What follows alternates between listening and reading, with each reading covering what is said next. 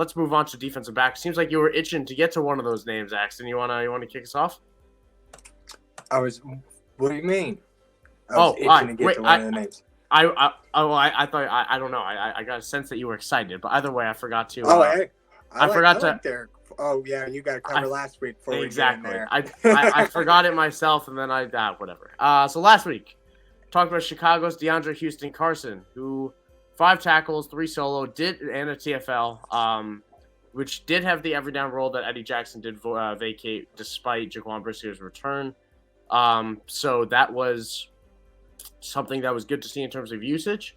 However, as in terms of people that I continue to throw betting in here, but anyone who took over 5.5 for him and then watched Christian Watson run a lap around him on that 45-yard touchdown, I pour one out to you, my friends, because I was equally disappointed to see that. But Michael Davis, I also threw out there, honestly, 2 good in coverage for his own good. He had 3 pass defenses, which was great for fantasy if your league format supports it enough, but he also only had 3 tackles. So good game. Definitely depends on your scoring format, whether it did for you for fantasy. And that's kind of the way it goes sometimes. So let's move on to the pickups for this week. I do like these 2 names as well. Not like as much as I like the linebacker, I do like the defensive backs here. But take it away with one of these names here. Yeah, we've talked about Derek Forrest in the past. I'll go ahead and start with him. I don't remember exactly what week. It was probably the first few weeks he was filling in due to injury, and he's actually kind of maintained that role. He's reached 100% of the snaps in the last 4 weeks, which with Cole Holcomb officially done for the season could possibly trend to prove to be the solid rest of season ad here. I would imagine that this is probably going to continue. He's been very efficient throughout the year. He's been a little bit up and down, but for the most part, overall, you really can't complain with what he's putting up. This last week, he nabbed 5 tackles, but has a string of solid matchups coming up. So don't hop out on the bandwagon just yet. So if you've got him, hold on to him. If he's out there on your waiver wire and you could use a defensive back, Derek Forrest is in there, 100% of snaps. Again, I mentioned 4 straight weeks, so he's getting all of the snaps every week, and he's really producing, especially from even a solid tackle floor. Five tackles was a bad game for him, but in terms of defensive backs, that's a really solid floor, and it just opens the door for lots of upside. Bigger games, more deflections, interceptions, things like that, especially when he's out on the field so much. I completely agree. And honestly, it's the usage that I love to see is that 4 straight weeks of 100% just establishes such a safe floor like you talked about. And it makes sense that they're using more safety looks because Washington doesn't trust their other linebackers. They have Jimmy Davis because they kind of need a linebacker out there, but they don't want to put John Bostic out there. Having a linebacker too that's consistently a 40 to 50% snap guy shows they don't trust him. And I think that's kind of come at the bonus to guys like Cameron Curl and Derek Forrest. But I'll throw out another name here. New York Giants cornerback Fabian Moreau. Not to be confused with Foster Moreau, but Fabian Moreau has 6 or more tackles in every game since week 6. And he missed the last 2 weeks, but he returned to pile on a lovely 7 tackles and a pass defense. He had 100% of snaps in his first game back. He was averaging 92% in his 5 games since week 6 in that same span I just talked about. So that usage has always been high, and that 92% is throwing out a game where he left halfway through. So the usage is there. The tackle efficiency has been there. The only issue is that he doesn't really get interceptions. I'm not expecting that from him, and he's not going to get too many sacks. They don't blitz Moreau that much. But when you have a 6-tackle guy that I feel good about getting 6 tackles in every single game with the ceiling of getting 8 to 9, that's pretty solid when most of these are cornerback tackles, which means most of them are solo tackles. So know your format, know your scoring format, but if you heavily reward solo tackles, as most of them do, Fabian Moreau is someone I really like this week. As someone who's also very much available because of how injured he was for the last 2 weeks prior.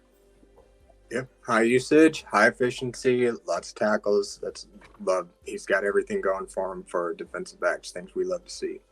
And now, I want to throw out a couple other names here. I want to hear your talks, and it's a good point to bring up. This is about the time we should bring up. We're going to get into questions now as well, so keep dropping in the chat.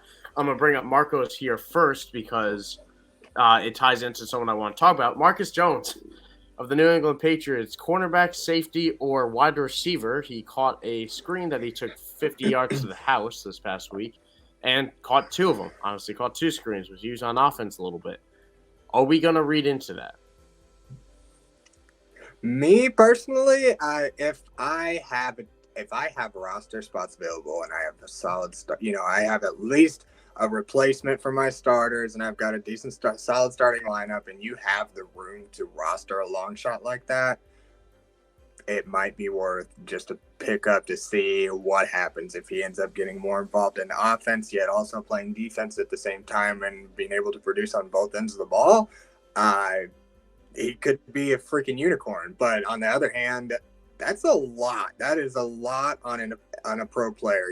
These guys are really talented and they can do it. But, I mean, it just seems like by the end of the game, just most players playing one side of the ball just ends up wearing them out. I can only imagine if he's playing every single snap of the game. So, to me, it seems like it might have been a little bit of a fluke, and Belichick might just have been throwing something out of left field in there to just get something, change of scenery. They don't really have like a solidified wide receiver core, so if he's got it, he can kind of throw it in there, throw people in the mix like that. So I chalk it up as a fluke. I don't think it's going to end up being something that recurs every game, or it might happen once in a while, but at that point, to me, it's just really unpredictable. But again, if you got the spot on the roster, why not? I lean no, and so I guess I agree with you, because the thing is, like, the snaps aren't there on defense, which is why he's getting usage like this. Of if he had a tackle floor and also was being used like Taysom Hill randomly on the offense, talk me into it. But he doesn't have a steady role on defense for me to establish a 3 to 4 to 5 tackle floor, so I don't get totally iced. If your league rewards return yards, that's something I'm interested in, because he has a crap load of them. But I will say this as well. That's my bit on Marcus Jones. I don't think it's someone I want to be picking up unless I have extreme depth and a bench spot to do so. But a fun fact about him, on Yahoo, in my league that charts return yards, Yahoo has messed up and put him down for 84 return touchdowns. So he has 613 fantasy points on the season, even though it doesn't look that way on the week to week, and it doesn't impact your weekly matchups. But if you go to his season stats, he does have 84 return touchdowns for a grand total in my league of 613.6 fantasy points. So in that context, maybe we should be playing. But that lines it up. And the other name I want to throw out was Marcus Williams of the Baltimore Ravens, free safety. I believe he should be back this week, or at the very worst next week. And if he's back this week, practicing, expecting 100%, would be a great pickup off the wire and a good play against Pittsburgh as well. Because there's a very good chance that he can get a pick in his first game back against Kenny Pickett. I 100% see that as a high possibility. So, yeah, Marcus Williams, to throw that name out there too.